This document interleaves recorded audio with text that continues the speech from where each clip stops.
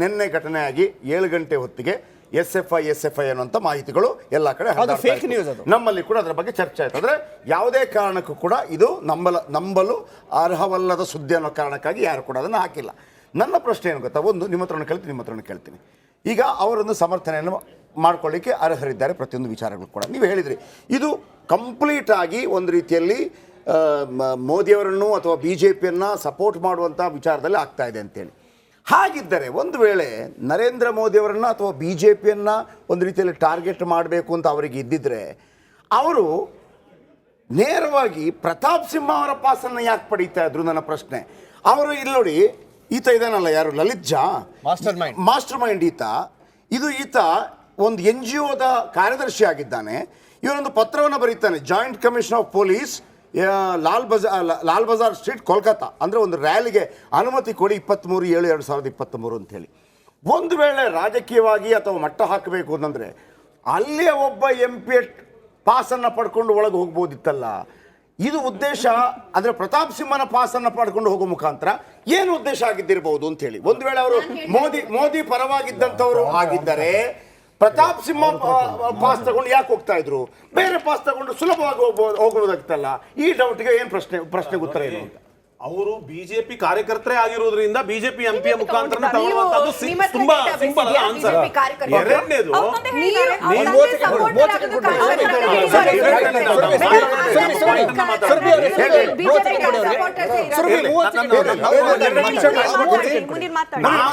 ಶೆಟ್ರ, ನಿಮ್ಮ ಗಮನಕ್ಕೆ ತರಕ್ಕೆ ಇಷ್ಟಪಡುವಂತದ್ದು, ನೀವು ಈ ದೇಶದ ಭದ್ರತೆಯ ವಿಷಯದಲ್ಲಿ ನೀವು ಯಾವುದೋ ಒಬ್ಬ ವ್ಯಕ್ತಿಯನ್ನ ವೈಭವೀಕರಿಸಿಕೊಂಡು ಎಲ್ಲದೂ ಸರಿ ಇದೆ ಅಂತ ಬೆನ್ನು ತಟ್ಕೊಂಡು ಹೋಗುವಂತಹ ರೀತಿ ಇದೆಯಲ್ಲ, ಅದು ಈ ದೇಶಕ್ಕೆ ಅಪಾಯಕಾರಿ. ಯಾಕೆ ಹೇಳ್ತಾ ಇದ್ದೀನಿ ಅಂತ ಹೇಳಿದ್ರೆ, ಪುಲ್ವಾಮಾ ದಾಳಿ ಆದಂತಹ ಸಂದರ್ಭದಲ್ಲಿ ನಾವು ಪ್ರಶ್ನೆ ಮಾಡಲಿಲ್ಲ. ನಮಗೆ ಬಾಲಾಕೋಟ್ ಅಟ್ಯಾಕ್ ಆಯಿತು, ಅದರಲ್ಲಿ ಸಮಾಧಾನ ಪಟ್ಕೊಂಡ್ವಿ. ಆದರೆ ಪುಲ್ವಾಮಾ ಯಾಕಾಯಿತು, ಅದರ ಕಾರಣ ಯಾರು, ಇಲ್ಲಿ ತನಕ 5 ವರ್ಷ ಮುಗೀತು, ನಾವು ಅದರ ಉತ್ತರ ಕೇಳಲಿಲ್ಲ. 20 ಜನ ಸೈನಿಕರನ್ನ ಚೀನಾದಲ್ಲಿ ಕಳ್ಕೊಂಡ್ವಿ. ಚೀನಾದವರ ದಾಳಿಯಲ್ಲಿ ನಾವು ಏನ್ ಮಾಡಿದ್ವಿ, ನಾವು ಆ್ಯಪ್ಗಳನ್ನ ಡಿಲೀಟ್ ಮಾಡಿ ಸಂತೋಷ ಪಟ್ವಿ. ಆದ್ರೆ ಅದಕ್ಕೆ ನಮ್ಮ ದೇಶದ ಪ್ರಧಾನಮಂತ್ರಿಗಳು ಒಂದೇ ಒಂದು ಎಚ್ಚರಿಕೆಯನ್ನು ಸಹ ಆ ಚೀನಾಕ್ಕೆ ಕೊಡುವಂತ ವ್ಯವಸ್ಥೆ ಬರಲಿಲ್ಲ. ನಿಮ್ಮ ಗಮನಕ್ಕೆ ಇರಲಿ, ಇಲ್ಲಿ ತನಕ ನಾನು ಮೊನ್ನೆ ನಿಮ್ಮ ಎಲ್ಲ ಡಿಬೇಟ್ಗಳಲ್ಲಿ ನೋಡ್ತಾ ಇದ್ದೀನಿ, 370 ಅವಾರ್ಡ್ ಕಾಶ್ಮೀರದಲ್ಲಿ ಶಾಂತಿ ಆಯ್ತು, ನಮ್ಮ ಸುಭದ್ರ ಕೈಗಳಲ್ಲಿ ಇದೆ ಅಂತ ಹೇಳ್ತೀರಲ್ಲ.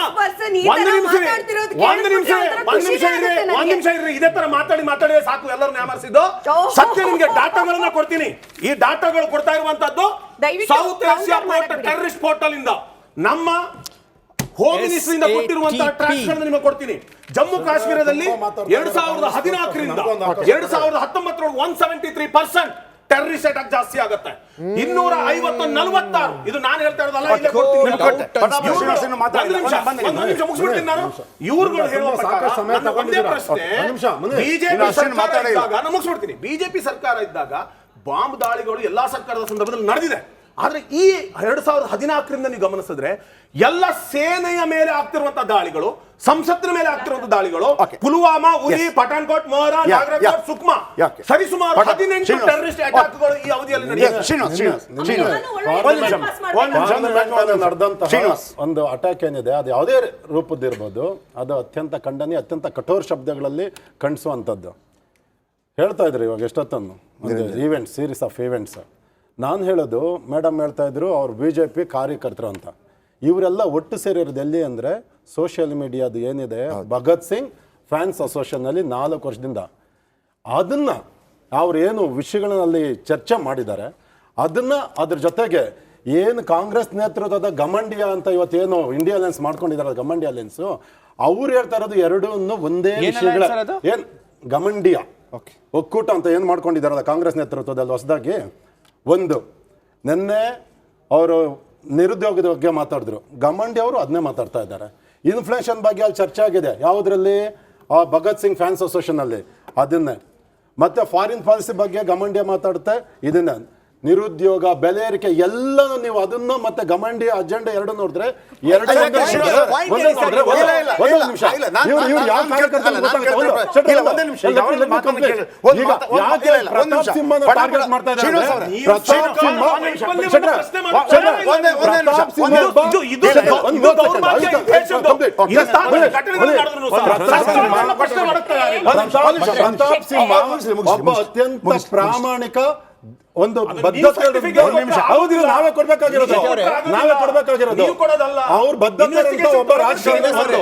ಎರಡನೇದು, ಶ್ರೀನಿವಾಸ್ ಅದು ಯಾಕೆ ಲೈವ್ ಬರ್ಲಿಲ್ಲ ಅಂತ ಒಂದ್ ನಿಮಿಷ ರೀ ಮೇಡಮ್, ಇರಿ ಮೇಡಮ್ ಸ್ವಲ್ಪ ಕೇಳಿಸ್ಕೊಳ್ಳಿ. ಸತ್ಯನಾರಾಯಣ ಅಂತ ಕೇಳ್ತಾ ಇದ್ದೆ.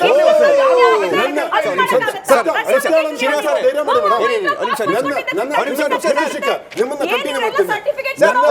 ಇಲ್ಲ, ಇಲ್ಲ, ಶ್ರೀನಿವಾಸ್ ಅವರೇ, ಈಗ ಮುನೀರ್ ಕೇಳಿದ್ರಲ್ಲಿ ತಪ್ಪೇನು? ಒಂದ್ ನಿಮಿಷ.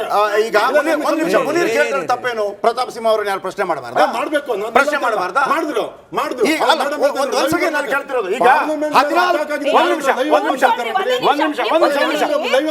ಈಗ ಶ್ರೀನಿವಾಸ್ ಶ್ರೀನಿವಾಸ್ ಒಂದ್ ಸೆಕೆಂಡ್. ಸ್ಪೀಕರ್ಗೆ ಒಂದ್ ನಿಮಿಷ ಕೇಳಿಸ್ಕೊಳ್ಳಿ. ಸ್ಪೀಕರ್ಗೆ ಹೇಳಿದ್ರೆ ಪಾರ್ಲಿಮೆಂಟರಿ ಮಿನಿಸ್ಟರ್ಗೆ ಹೋಗಿ ಎಕ್ಸ್ಪ್ಲನೇಷನ್ ಕೊಟ್ಟಿದ್ದಾರೆ, ಸ್ಪೀಕರ್ಗೆ ಎಕ್ಸ್ಪ್ಲನೇಷನ್ ಕೊಟ್ಟಿದ್ದಾರೆ. ಇಲ್ಲಿ ಬಂದು ಲೈವ್ ನಿಮ್ ಕೊಡ್ಬೇಕಾಗಿತ್ತ? ಅಲ್ಲ, ಒಂದು ಜವಾಬ್ದಾರಿ ಇರೋ ಮನುಷ್ಯ ನಿಮ್ಗೆ ಕೊಡ್ಬೇಕಾಗಿತ್ತಾ? ಹೇಳಿ. ಒಂದು ಶೆಟ್ರೆ, ಒಂದು ಎರಡನೇದು, ನನ್ನ 1 ಗಂಟೆ 2 ನಿಮಿಷ ಪಾರ್ಲಿಮೆಂಟ್ ಗಲಾಟೆ ಆಗುತ್ತೆ. 1 ಗಂಟೆ 2 ನಿಮಿಷ ಪಾರ್ಲಿಮೆಂಟ್ ಗಲಾಟೆ ಆಗುತ್ತೆ. ನೀವು 1.5 ಬ್ರೇಕ್ ಮಾಡ್ತೀರಾ. 4 ಗಂಟೆಗೆ ಪ್ರತಾಪ್ ಸಿಂಹ ಅವ್ರ ಮನೆ ಮುಂದೆ ಕಾಂಗ್ರೆಸ್ನವ್ರ ಪೋಸ್ಟ್ಗಳು ಇಟ್ಕೊಂಡು ಜೈಲ್ದು ಎಲ್ಲಿಂದ ಬಂತು ಪೋಸ್ಟ್? 2 ಗಂಟೆ ಈಗ ಎಲ್ಲಿಂದ ಬಂತು? ಎಲ್ಲಿಂದ ಬಂತು? ಕಾಂಗ್ರೆಸ್ನವರು ಉತ್ತರ ಕೊಡಬೇಕು. 4 ಗಂಟೆಗೆ ಪ್ರತಾಪ್ ಸಿಂಹನ್ ಜೈಲ್ ಕಳಿಸಿ ಅಂತ